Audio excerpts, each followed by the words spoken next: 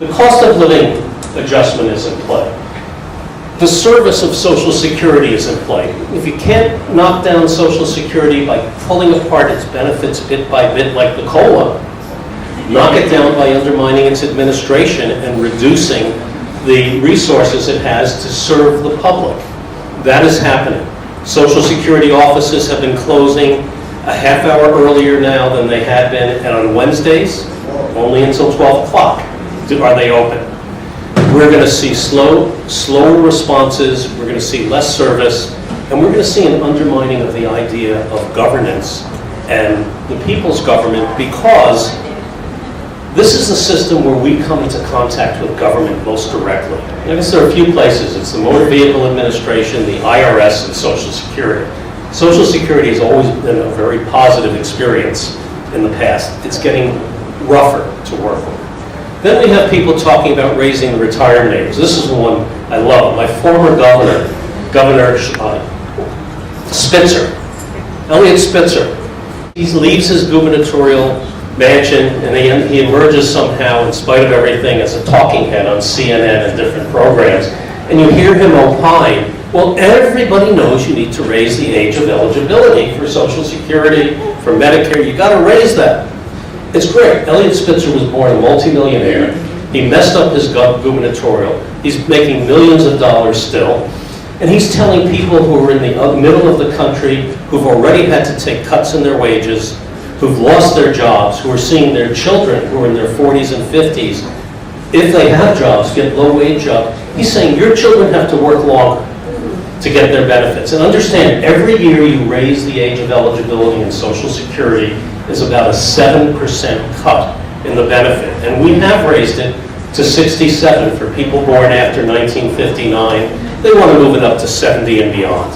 So that's at stake. The basic structure of Social Security is at stake.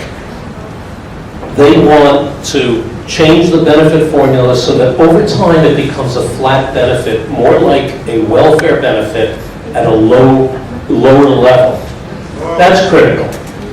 They want to privatize, voucherize Medicare. Jody will talk about that.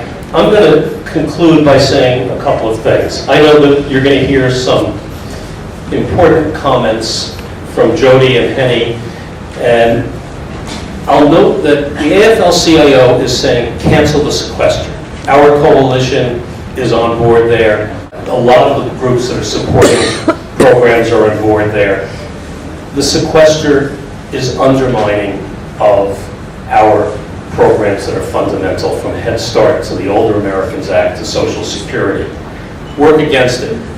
Henny will tell you how to do that. I'm going to add one thing to it, which is that in addition to making yourselves very well known and also putting pressure on Leader Pelosi, a wonderful institution, a marvelous institution, but someone who is bending potentially with this issue, and is bending, a signal that she will go along with a grand bargain if the president does, and if he gets it through.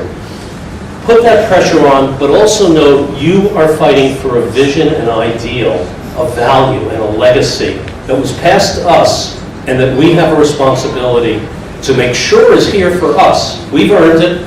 It's core protection. It's the middle class's protection, moderate income people's protection, but we also have an obligation to pass it on to our children and our grandchildren, and they have an obligation to do the same when they reach our ages.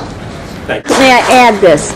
Tonight at the Current Auditorium in the Public Library tonight from 4 to 7, there is Nancy Pelosi's staff is going to have Congress on Your Corner, and they are talking about this issue.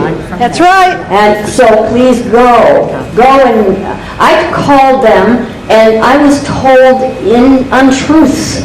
So we need to have somebody go there and talk to them. It's on the first floor in the Mary Louise Strong conference room.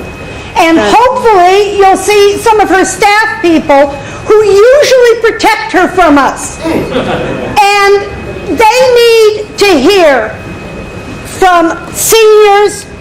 They need to hear from your children and grandchildren. So between 4 and 7 tonight, that sounds like a wonderful place to be going. Maybe they'll have, they'll be nice and they'll think that you're going to come and say nice things. Well, say them nice and say them loudly. Thank you.